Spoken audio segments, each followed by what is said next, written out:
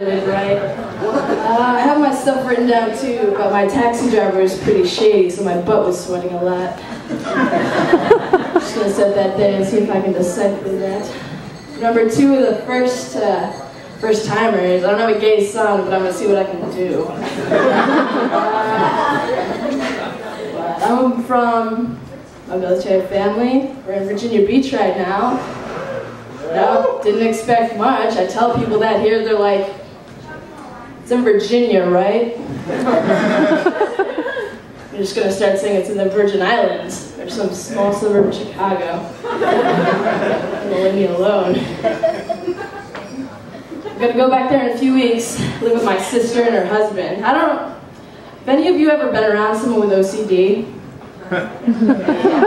Yeah. They call this obsessive-compulsive disorder. I call it, others can't do it right. I'll be making a sandwich. I'll get my plate a little dirty. I'll go to the sink, start, washing it. She'll come up behind me. Are you just gonna, can I just get it? I just walk away. I'm like, you wanna do it? Go ahead. And it used to annoy the shit out of me, but then I figured out it was the best thing that ever happened because I don't have to do anything anymore. No dishes, no laundry. Laundry is a whole other animal that the rest of the world can't seem to figure out, so I just let her do it. OCD, best thing that ever happened to my family. I'm gonna try to decipher what this says. Before Virginia Beach, we lived overseas in Europe, very smelly town, Naples, Italy. I don't know if you ever heard of it. Kind of culture shock when I got here. You have the HOV lane, high occupancy vehicles. You've not seen a high occupancy vehicle until you've seen a Vespa with a family of 4 and the dog driving down the autostrada. Another thing about those crazy Italian drivers, use the side rear view mirrors at your own risk. The little writing on it, it doesn't say things up here closer. It says, be careful putting these out. A little Vespa will come by and zoom, knock it off. Drives off.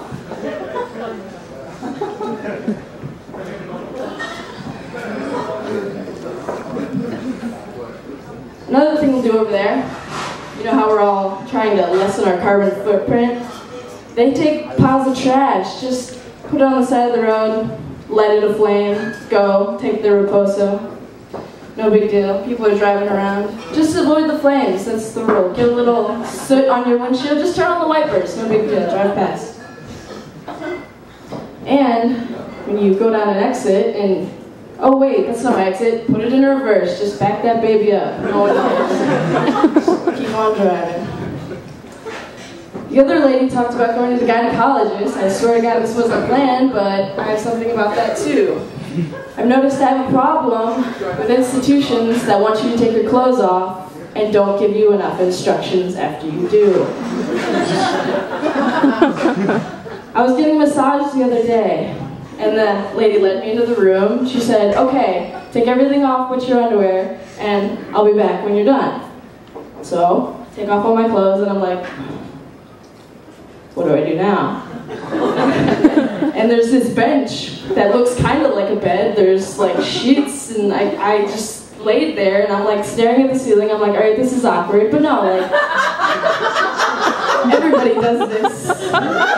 It's okay. She comes in, you're supposed to give me the sheets. How was I supposed to know? It should make sense. I was at the gynecologist, my lady doctor as well, getting my spaces inspected, as you could say. They say, all right, take off all your clothes from the waist down, and use the sheet, and I'll be back. So I take off my clothes from the waist down, and I'm like, wait. Use it for what? So I take this sheet and I unfold it. I like try to put it on like a cape and I like fashion a toga out of it. And I'm like, okay, I'm just And so I just spread it out along the bench and just use it like a sheet, and I just sit there. And she comes in, she's like, "Aw, sweetie, is this your first time?" And I'm like, "Yes." She's like, "You're supposed to wrap around your bum, honey." I'm like, "Oh, that's all I got. Thank you, you've been very nice to me."